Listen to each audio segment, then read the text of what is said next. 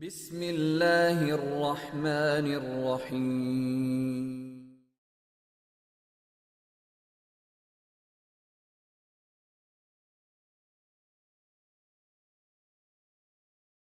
اعوذ باللہ من الشیطان الرجیم، بسم اللہ الرحمن الرحیم، وبہ نستعین وہو خیر ناصر ومعین۔ گزشتہ درس میں ہم نے عرض کیا تھا کہ چاہے شفاعت ہو اور چاہے زندہ مومنین کا مرنے والے مومن کے لیے استغفار کرنا ہو، دعائیں کرنا ہو، تلاوت وغیرہ کرنا ہو اور خیرات اور صدقات انجام دینا ہو، کیونکہ اس میں خود مومن کی کوشش شامل تھی کہ ان محفلوں کا حصہ تھا،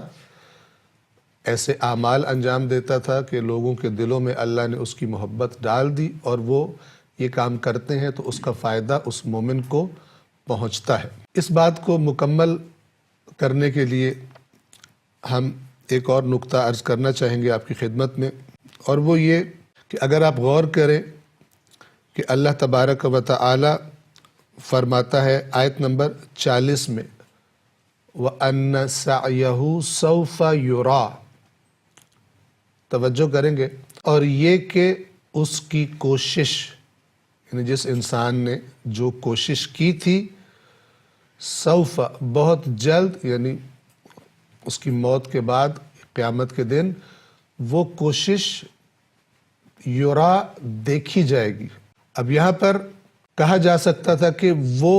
اپنی کوششوں کو دیکھ لے گا، وہ اپنی کوششوں کو دیکھ لے گا قیامت کے دن جو اس نے کی تھی، لیکن کہا یہ گیا کہ اس کی کوشش دیکھی جائے گی یا اس کو دکھائی جائے گی، یعنی جب اس کے اعمال پیش ہوں گے تو اللہ تبارک و تعالی تو پہلے سے علم رکھتا ہے، گویا کہ اس کے سامنے اس کی ساری کوششیں اور ان کے نتیجے آ جائیں گے۔ تو اس میں اگر آپ غور کریں کہ ایک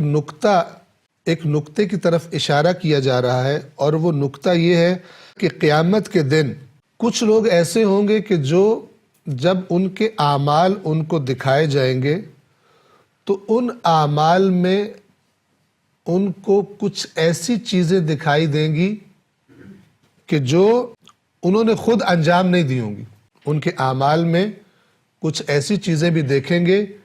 کہ جو انہوں نے خود انجام نہیں دیا ہوگا، یعنی ان کو توقع ہی نہیں ہوگی۔ انسان نے جو کام کیا ہوتا ہے وہ اس کو یاد ہوتا ہے، اب اللہ نے جو نتائج اس نیک کاموں پر مرتب کیے ہوئے تھے وہ انسان اس کو گویا کہ تعجب ہوگا کہ یہ کام تو میرے ہے ہی نہیں۔ مثلا آپ کی خدمت میں ایک روایت عرض کرتا ہوں، اصول کافی کتاب الدعا، جہاں پر دعا کے بارے میں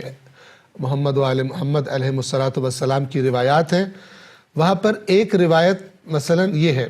کہ قیامت کے دن جب مومن آئے گا اور اس کا حساب کتاب ہوگا اور اپنے حساب کتاب کے بعد وہ جانے لگے گا تو اللہ تبارک و تعالی کی طرف سے اس سے کہا جائے گا کہ ٹھہرو، تمہیں یاد ہے کہ تم نے ایک دعا مانگی تھی کسی کام کے لیے اور وہ تمہاری دعا نہیں سنی گئی تھی، یعنی تم نے جو دعا مانگی تھی، جو چیز مانگی تھی وہ تمہیں عطا نہیں ہوئی تھی۔ تو مومن کہے گا کہ ایسا ہی ہے، میں نے ایک دعا مانگی تھی تو وہ دعا میری مثلا مجھے یوں ہی لگتا تھا کہ قبول نہیں ہوئی، جائے گا کہ یہ تمہاری دعا کو ہم نے ذخیرہ کر لیا تھا آخرت کے لیے۔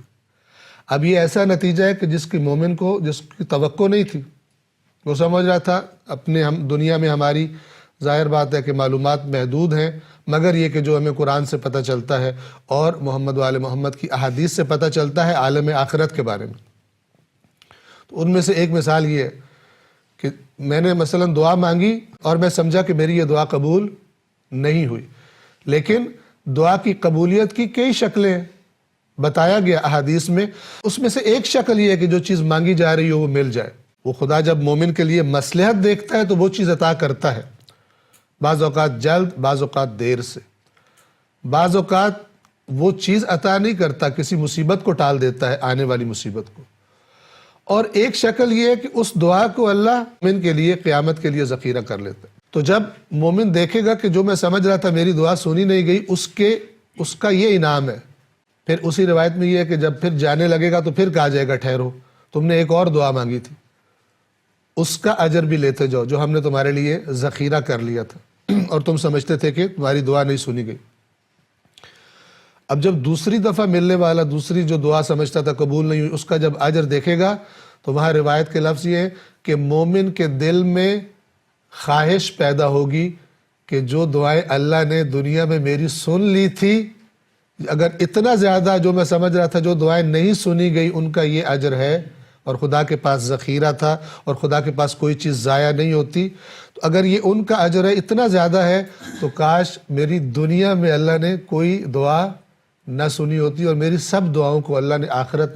آخرت کے لیے ذخیرہ کر لیا ہوتا. اس لیے کہ جب انسان وہاں پہنچ جائے گا تو گزشتہ زندگی تو سختی میں یا آسانی میں گزر چکی ہوگی، اور وہ جو اگلی زندگی ہے وہ دائمی اور ابدی ہوگی. تو انسان کہے گا کہ اگر جو دعائیں دنیا میں اس عارضی زندگی کے لیے جو میں مانگ رہا تھا، اگر وہ مجھے اللہ نے جو عطا کر دی تھی، کاش وہ بھی مجھے عطا کی ہوتی. تو بس یہ جو کہا گیا کہ اس کی کوشش کو دیکھا جائے گا، یہ نہیں کہا گیا وہ دیکھے گا یعنی گویا کہ جو اس نے کام کیے ہوئے ہیں وہ دیکھے گا. کہا کہ نہیں، اس کو دکھایا جائے گا. اور اس میں یہ اشارہ چھپا ہوا ہے کہ جو وہ سمجھ رہا تھا کہ میں تو یہ کام دیکھنے والا ہوں اپنے جو میں نے دنیا میں انجام دیے ہیں، اس کو کچھ اور بھی دکھایا جائے گا، وہ کچھ اور بھی دیکھے گا، اور اس کے کاموں کے ساتھ جو اللہ نے اثرات اور نتائج رکھے تھے، اس کے لیے ذخیرہ کیا تھا، وہ سب کے سب قیامت کے دن اس انسان کو دکھائے جائیں گے. اور وہاں پر اسے پتہ چلے گا کہ جو کام میں نے کیے تھے اس کا نتیجہ مثلاً فلان مومن نے جس کے میں کام آیا تھا، فلان مومن جس کو میں نے ترغیب دلائی تھی نیکی کی، فلان برا انسان جس کو میں نے اچھی نصیحت کی تھی. تو ایک محفل جہاں میں بیٹھا میں نے خدا کا ذکر کیا، مجھے پتہ بھی نہیں تھا، ایک شخص نے اس کا اثر لے لیا اور وہ میری اس بات کی وجہ سے خدا کی طرف متوجہ ہو گیا، اور اس کے بعد اس نے نیکیاں انجام دی، تو وہ دیکھے گا میرا کام تھوڑا سا تھا، اس کے نتائج بہت زیادہ ہیں. توجہ فرما رہے ہیں؟ تو یہ اس قسم کی جو چیزیں ہیں یہ انسان کی اپنی کوشش میں ہی شامل ہیں، اگرچہ انسان اپنی کم علمی کی وجہ سے متوجہ نہ ہو. لہذا انسان کو برا کام کرتے ہوئے سوچنا چاہیے کہ ہو سکتا ہے کہ یہ برا کام صرف مجھ تک محدود نہ رہے، مجھے دیکھ کر، میرے کام کے بارے میں سن کر اوروں میں بھی جرأت پیدا ہو جائے برے کام کرنے کی. اور اسی طرح نیک کام کرتے وقت انسان یہ نہ سمجھے کہ صرف یہ جو نیک کام کر رہا ہوں فقط یہی کر رہا ہوں، بلکہ اس کے اثرات اور اس کی برکات کوئی دیکھنے والا اگر رغبت کر لیتا ہے اس کی طرف، تو وہ سارے کے سارے اثرات انسان کی اپنی کوشش میں شامل ہوتے ہیں. کہ یہ معنی اور یہ موضوع مختلف آیات اور مختلف احادیث کے جن میں سے ہم نے ایک آدھ آپ کی خدمت میں عرض بھی کی، ان کے مطالعے سے مکمل طور پر واضح ہو جاتا ہے. آخری جو آیت نمبر 42 تھی، وَأَنَّ إِلَىٰ رَبِّكَ الْمُنْتَهَىٰ، تیرے رب کی طرف انتہا ہے.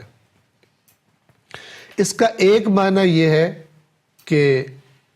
تمام مخلوقات آخر میں اللہ کی طرف پلٹیں گی، خدا سے ملاقات کریں گے. لیکن اس کا ایک دقیق معنی کیا ہے کہ انسان جس چیز کو بھی دیکھے اپنی، جس پر مثلاً میری زندگی کا انحصار اس دنیا کی کس کس چیز پر ہے، آکسیجن پر ہے، کھانے پینے پر ہے، سورج کی روشنی پر ہے، پانی پر ہے، اور اس طرح کی اللہ کی بے شمار نعمتیں کہ جن کے بارے میں قرآن کہتا ہے اگر گننا چاہو تو گن نہیں سکتے. آپ ہر وہ چیز جس پر انسان کی زندگی کا انحصار ہے، اس پر اگر آپ نگاہ کریں گے تو وہ کہاں سے آئی ہے؟ اللہ کی طرف سے، خدا سے شروع ہوئی ہے وہ.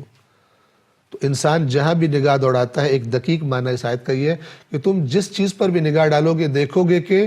تمہارا رابطہ یعنی تمہارا انحصار اللہ کی ذات پر ہے، تمہاری انتہا اللہ کی ذات. اگر وہاں سے یہ چیز تمہیں عطا نہ ہوئی ہوتی تو تمہاری